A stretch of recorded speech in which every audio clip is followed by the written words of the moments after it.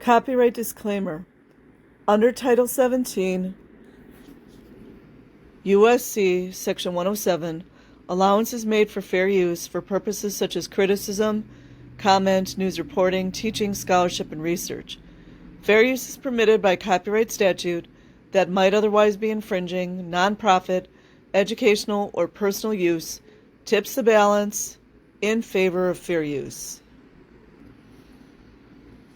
Okay, guys, this article is from CSCMU,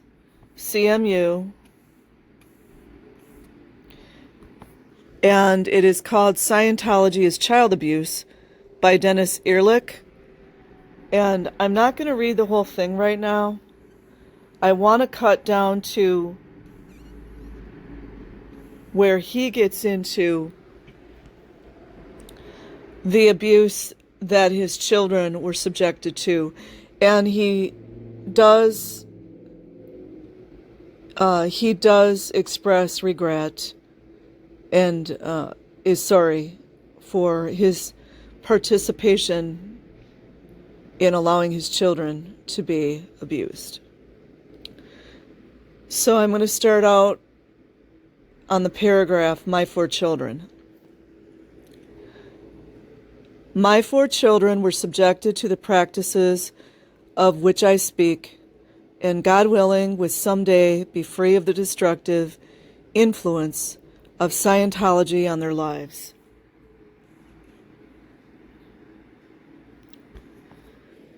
In Scientology, people are routinely deprived of their rights or free speech and thought. Do you hear that, LAPD?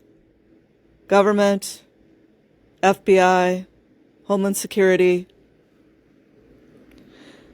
Routinely deprived of their rights of free speech and thought, held captive, required to submit to degrading conditions or undergo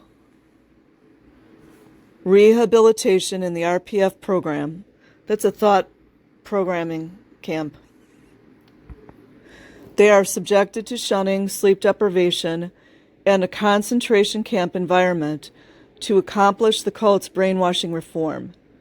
These practices are not the worst of what goes on hidden behind the public facade of the cult. They are also not limited to the control and manipulation of adults. Many of the most repressive and authoritarian practices are applied equally to defenseless children. These practices are based on Hubbard's stated philosophy that children are just thetans in little bodies. I thought he said adults in little bodies. Just wondering. And should be required to contribute as soon as possible to the group's survival. What I understand is that they're adults in children's bodies.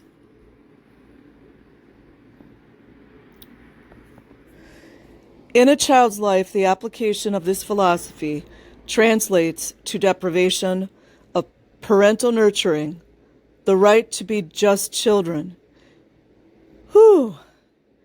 Instead, children are deemed upstat or downstat, have in-ethics or out-ethics, are on purpose or off purpose.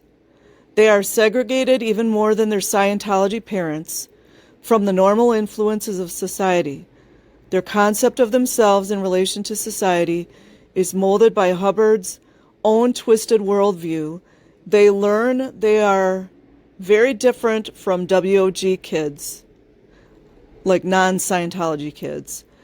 They absorb Hubbard's prejudices against the government, the education system, the mental health community, and literally everyone who is not a member of the cult.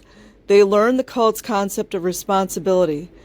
If they are critical of Scientology or anyone in it, it is because they themselves have committed an antisocial act. They are instilled with the idea that the only worthwhile ambition they can have is to become a professional Scientologist and help save the planet. How many times have we heard Serge Delmar talk about that?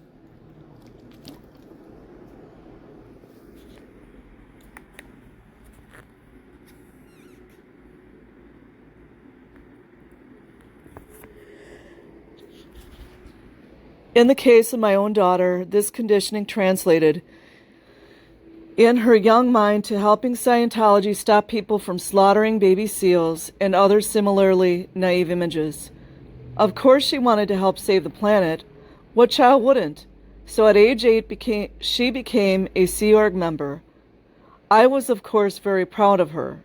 She worked 7 days a week, it's a mind control, till 10:30 p.m. at the Clearwater headquarters. She was a cadet until she was 15. It was with the grace of God that she escaped and started building her life back toward instead of away from society. Betcha she was S8 as well. It took her several years of constant struggle to catch up from the education she received while a cadet in the Sea Org. She is currently receiving counseling to deal with the twisted ideas and unnatural childhood she experienced growing up in the cult. But nonetheless, she graduated from college this year, cum laude, and is beginning a new life in the real world. Good job.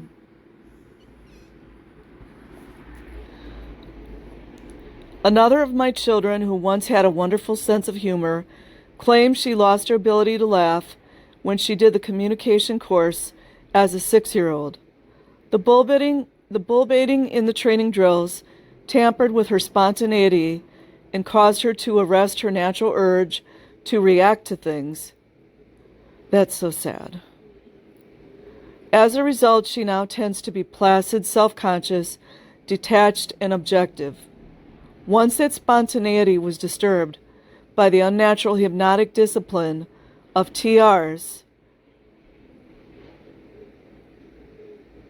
I was trying to remember what those were. I can't think of them. She tended to be unreacting. I have known many adults in my cult career who displayed this fixed, robotic, unreacting countenance. Think of Shannon in the Hollywood office. Unreacting countenance. But in the case of my child, it produced a severe, dramatic, destructive change in her personality, which has not been reversed. Like her sister, she had a difficult time trying to adapt in WOG schools to the children and the need to catch up academically. After several years of constant effort, she managed to come up to speed with those she had previously considered her inferiors.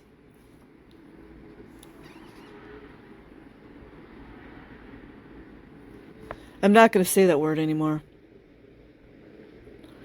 Another of my children who rebelled against the notion of Scientology indoctrination, which is natural, by the way, constantly felt like the outsider in the family, black sheep, because she didn't aspire to the same goals as the cult demanded. She was considered out ethics. This stigma, caused by her unwillingness to give up her natural tendency to question and be critical, created in her the self-image of being inadequate and flawed. She blamed herself for being imperfect. Only now, years later, through counseling, is she realizing that faulting herself constantly for lack of perfection is unhealthy and came from the cult's indoctrination, designed to control its members and keep them in line.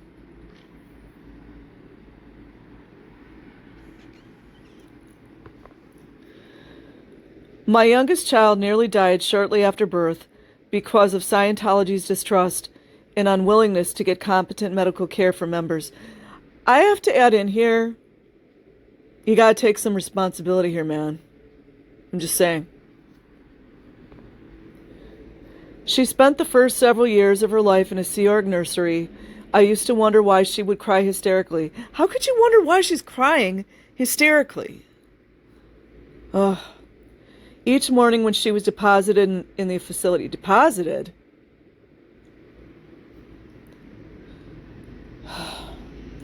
It was staffed by children, usually 12 to 16 years old.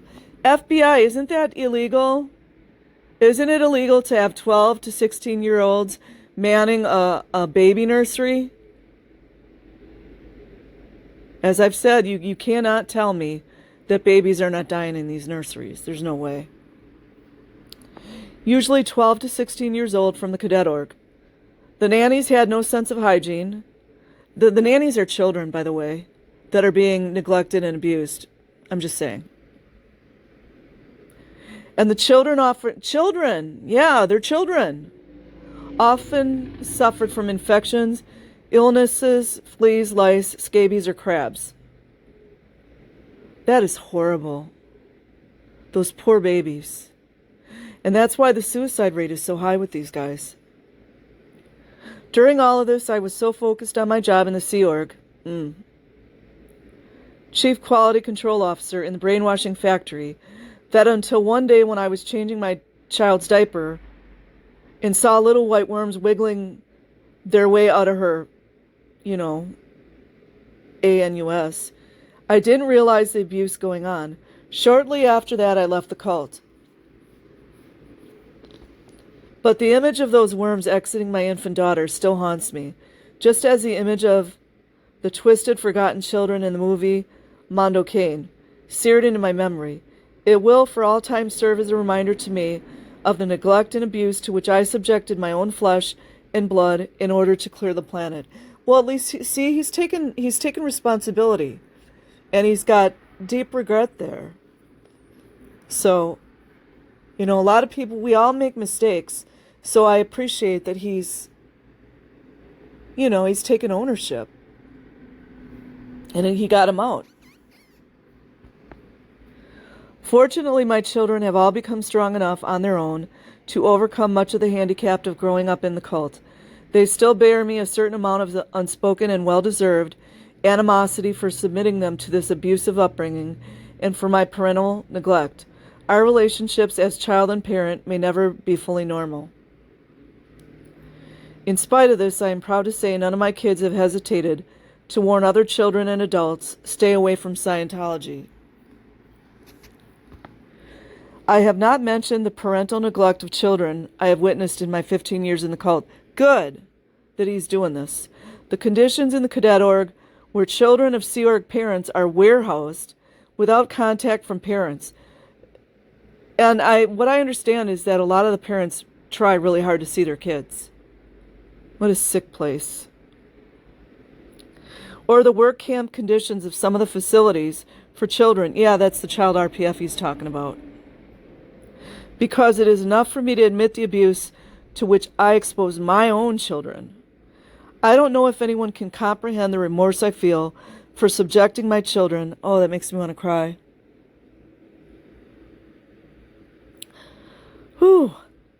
I don't know if anyone can comprehend the remorse I feel for subjecting my children to this alienating, warped, repressive environment. I pray our society serves as a warning. Scientology is dangerous to the health and sanity of your children. By Dennis Erlich, and that was in 1991. I will put the link in the description. Peace.